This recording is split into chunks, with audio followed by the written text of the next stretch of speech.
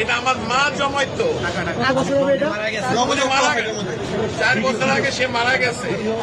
আমি জানি না এটার মধ্যে কি আছে, আছে অনেক কিছুই আছে, কি আছে আমি জানি, এটা আমি দিয়ে গেলাম।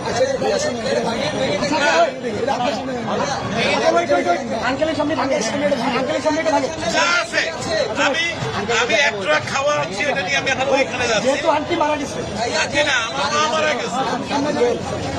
এটা তো বহুমূল্যবান, মানে আমার কাছে এটা অনেক মূল্যবান, 2 টাকাও থাকে অনেক মূল্যবান। আপনি কি চান আপনার সামনে আমরা এটা যদি চান?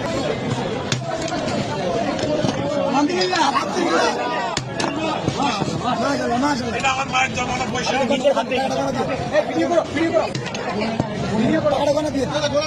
আপনি এখানে